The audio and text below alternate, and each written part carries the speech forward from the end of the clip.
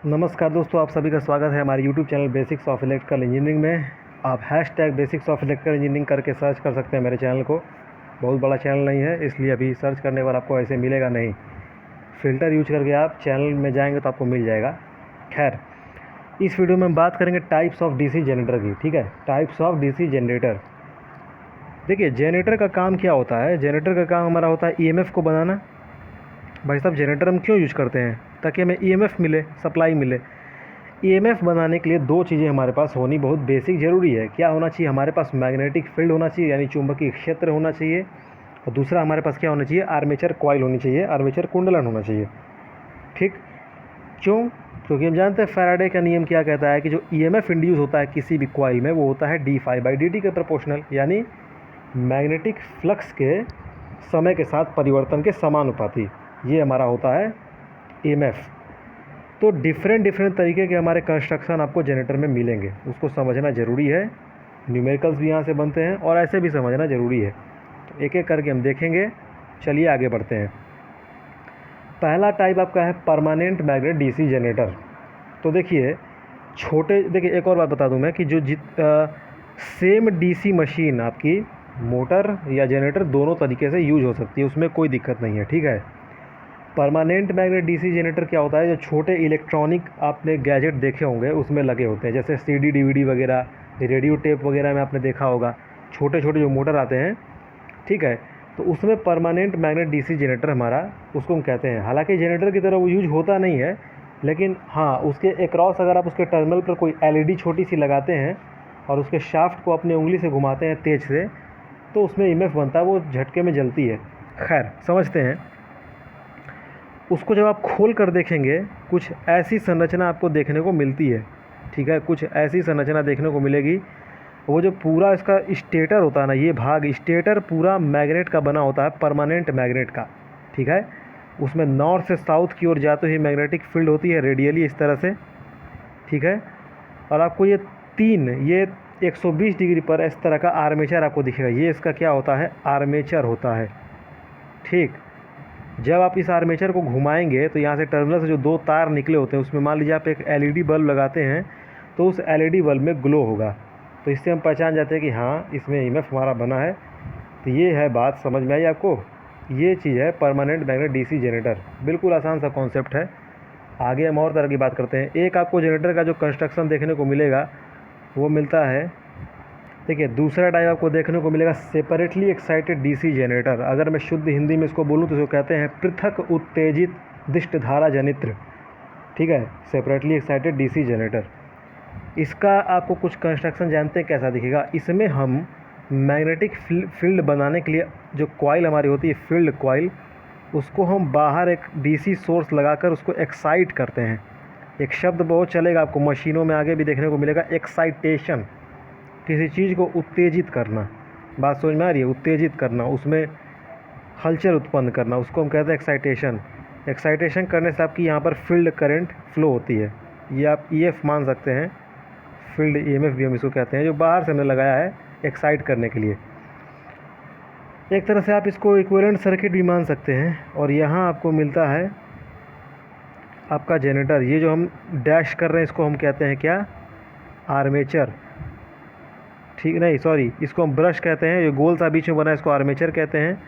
ठीक, यहाँ से हमारी एक छोटी सी रेजिस्टेंस होती है, ये बाहर ऐसे निकला होता है कनेक्शन। ठीक, ये हमारी टर्मिनल है, यहाँ पर हमें कुछ वोल्टेज प्राप्त होती है जिसको कि हम लोड वोल्टेज VL कहते हैं। ठीक है, और ये छोटी सी जो रेजिस्टेंस होती है ना, इसको हम कहते हैं आर्मेचर रेजिस्टेंस RA। क्योंकि भाई साहब, आर्मेचर कॉइल जो आपने बांधी है वो किसी तार से बांधी है, किसी कंडक्टर से, तो कंडक्टर का कुछ तो रेजिस्टेंस होगा।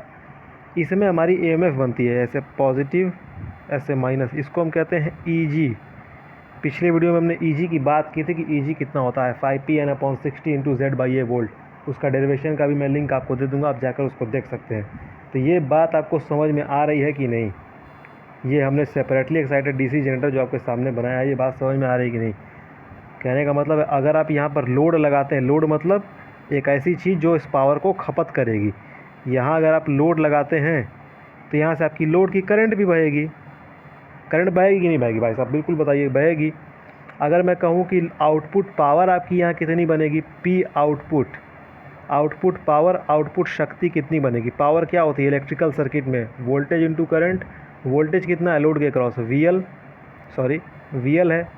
करंट हमारी कितनी बह रही है, आई एल, तो V L into I L watt, इतनी पावर आपको मिलेगी। किलोवाट में भी हो सकता है, आप बदल सकते हैं, लेकिन जनरली वोल्टेज इंटू करंट करने पर हमें वाट में पावर मिलती है। ठीक, ये तो आपको आउटपुट पावर मिल गई। अगर कोई पूछे भैया जनरेट कितनी हुई, पैदा कितनी शक्ति हुई, तो पैदा तो हमारी आर्मेचर में हुई है, तो आर्मेचर में जो पावर जनरेट है उसको हम लिखते हैं पी जी, और ये होगी कितनी, ई जी, इसका ई एम एफ इंटू आई ए, ये हमारी क्या हो जाएगी, पावर हो जाएगी। बात समझ में आ रही है या नहीं, ये हमारी पावर हो जाएगी। अच्छा, अगर मैं पूछूं कि भाई साहब टर्मिनल वोल्टेज कितना होगा, तो ये भी बताया जा सकता है कि नहीं, बिल्कुल बताया जा सकता है। कैसे बताया जा सकता है, देखिए अगर मैं कहूँ, मैंने KCL KVL आराम से बना रखा है, आप इसमें KVL लगा दीजिए, डायरेक्ट भी लिख सकते हैं अगर आप प्रो हो चुके हैं तो। अगर डायरेक्ट नहीं लिख सकते तो आप इसमें KVL लगाइए, तो KVL लगाएंगे तो क्या हो जाएगा, देखिए ई जी, माइनस से प्लस गए तो ई जी, प्लस माइनस ड्रॉप होगा यहाँ पर, आ रही है कि नहीं बात समझ में, ये बहुत समझना ज़रूरी है। यहाँ पर आपका प्लस माइनस ड्रॉप हो जाएगा आई ए इंटू आर ए, ठीक है। तो आपका E G minus I A into R A, voltage कैसे था आपका, प्लस से माइनस था, तो प्लस से माइनस जाना, minus V is equal to zero. ये बात समझ में आ रही कि नहीं। अगर मैं वी एल था ना, वी एल, अगर मैं कहूँ वी एल यहाँ से कितना हो जाएगा भाई साहब बता दीजिए, तो ई G minus I A R A. देखिए इस तरह के KVL को लगाने से पहले ना थोड़ा सा लॉजिकली भी आप सोचेंगे तो आपको KVL की भी ज़रूरत नहीं पड़ेगी। हालांकि रिजल्ट तो KVL से आया है, किरचॉफ के नियम से आया है, लेकिन एक और तरीका समझिए बात को, कि आपको लोड के क्रॉस वोल्टेज जो मिल रही है वो कैसे मिल रही है। जो बनी है EG, उसमें से कुछ ड्रॉप हुआ आर्मेचर में, वही आपको मिली। कितना ड्रॉप हुआ, IARA आपको मिल गया। बात समझ में आई। इसमें बस आपको इतना ही ध्यान रखना है कि पावर कितनी होगी, आउटपुट पावर कितनी होगी, जनरेटेड पावर, और आपका वोल्टेज ड्रॉप कितना होगा, ये आपको पता होना चाहिए। किसमें, सेपरेटली एक्साइटेड मशीन में। सेपरेटली एक्साइटेड क्यों कहा, क्योंकि यहाँ जो हमारी फील्ड कॉइल थी भाई साहब, इसको देखिए ध्यान से, जहाँ मैंने गोला किया है, फील्ड कॉइल को आपने अलग से बाहर से एक्साइटेशन लगाया, अलग से सप्लाई लगाई, इसलिए आपने इसको सेपरेटली एक्साइटेड डीसी जनरेटर कहा। ठीक, सेपरेटली के बाद सेल्फ भी आता है, समझिएगा उसको भी। देखिए अभी हमने क्या देखा, सेपरेटली एक्साइटेड, पृथक उत्तेजित। अब हम क्या देखेंगे, सेल्फ एक्साइटेड डीसी जनरेटर। इसमें क्या करते हैं हम ना, देखिए बहुत आसान तरीका है समझने का। इसमें हम फील्ड कॉइल जो हमारी होती है उसको आर्मेचर के साथ ही हम कनेक्ट कर देते हैं, ताकि जो बिजली आर्मेचर में पैदा हो उसका कुछ करंट हमारा फील्ड कॉइल में भी जाए और उसको EMF बनाने में मदद करे, फ्लक्स बनाने में मदद करे। ठीक है, तो बेसिकली आप सेल्फ एक्साइटेड को कुछ ऐसे भी कह सकते हैं कि भाई साहब ये जो है ना, इसमें हमारी field coil connect with armature. Connect करने के बहुत सारे फैशन हैं, हम सीरीज में कर सकते हैं या पैरेलल में कर सकते हैं। ठीक है, उस आधार पे हमारी ये मशीनें बनती हैं। अब समझिएगा, मैं इस वीडियो में सिर्फ सीरीज़ के बारे में बताऊंगा, शंट और कंपाउंड में हम अगले वीडियो में बात करेंगे। मैं छोटा ही छोटा वीडियो बनाऊंगा क्योंकि व्यू उतने आ नहीं रहे हैं, थोड़ा मोटिवेशन डाउन रहता है। चलिए देखते हैं सीरीज़ के बारे में, कंस्ट्रक्शन उसकी कैसे होगी, समझिएगा बात को। यहाँ हमारी आर्मेचर होगी, ठीक है, ये तो हमारा ब्रश है, ये हमारा गोल सा आर्मेचर हो गया। ये एक तरह से इक्विवेलेंट सर्किट भी आप कह सकते हैं, इसको बनाना ज़रूरी है। ये हमारी ब्रश, इसके साथ ना देखिए होता क्या है, इसी के साथ सीरीज में हम एक मोटे टर्न की कम टर्न वाली कॉइल लगाते हैं। मोटा क्यों होता है ये भी सब बात करेंगे, बातें बहुत सी हैं इसमें समझने की। ठीक है, ये हमारी जो होती है इसको हम कहते हैं, ये हमारी सीरीज़ फील्ड वाइंडिंग होती है या सीरीज़ फील्ड कॉइल भी आप कह सकते हैं। यहाँ हमारा प्लस माइनस आउटपुट वोल्टेज मिल जाएगा, ये लोड के अक्रॉस वोल्टेज मिलेगा।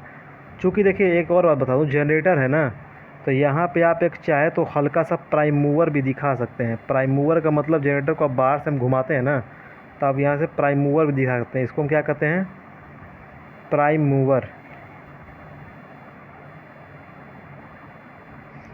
प्रथम चालक भी कहते हैं, प्रथम चालक करके प्राइम मूवर हमारा होता है मुख्य चालक। इससे हमारी क्या होगी, ईएमएफ बनेगी। कैसे बनेगी, प्लस माइनस ईजी बनेगा अंदर, ठीक है। प्लस माइनस के ध्यान देते रहिएगा, जरूरी नहीं कि ऐसे ही बने, मान रहे हैं ऐसे बनेगा। यहाँ से हमारी करंट लोड की ओर जाएगी।